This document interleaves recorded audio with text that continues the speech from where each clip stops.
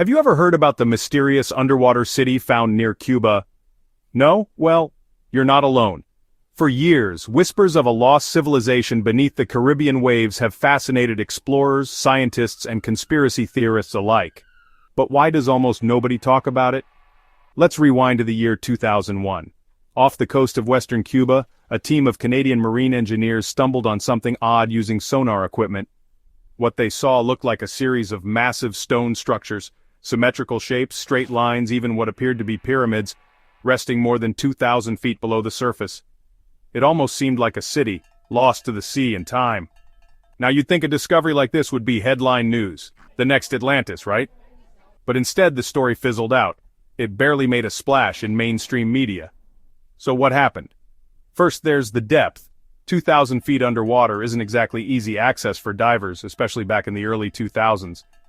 That meant no one could just grab an oxygen tank and snap a few photos to confirm what lay beneath. The technology for deep-sea exploration was expensive and, let's be honest, reserved for folks with major funding. Second, we have politics. The site is off the Cuban coast. For decades, the relationship between the US and Cuba has been, well, complicated. That made international collaboration tough. Plus, Cuba is pretty protective of its own waters and research. Not a lot of outside eyes have had the chance to look at the evidence firsthand. Third, and maybe most importantly, there's skepticism. Scientists love data, and when sonar images look too good to be true, people start asking tough questions. Were those symmetrical shapes really man-made, or just natural rock formations playing tricks with our eyes? Without physical samples or clear video, the academic world just wasn't convinced. So where does that leave us? The underwater city near Cuba remains one of history's most intriguing mysteries.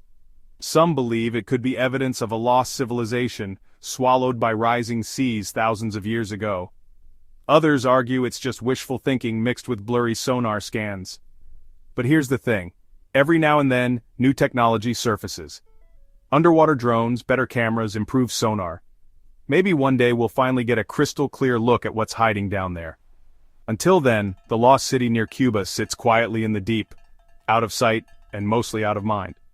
So next time someone tells you all the world's mysteries have been solved, just remember, sometimes the most incredible stories are the ones we barely talk about.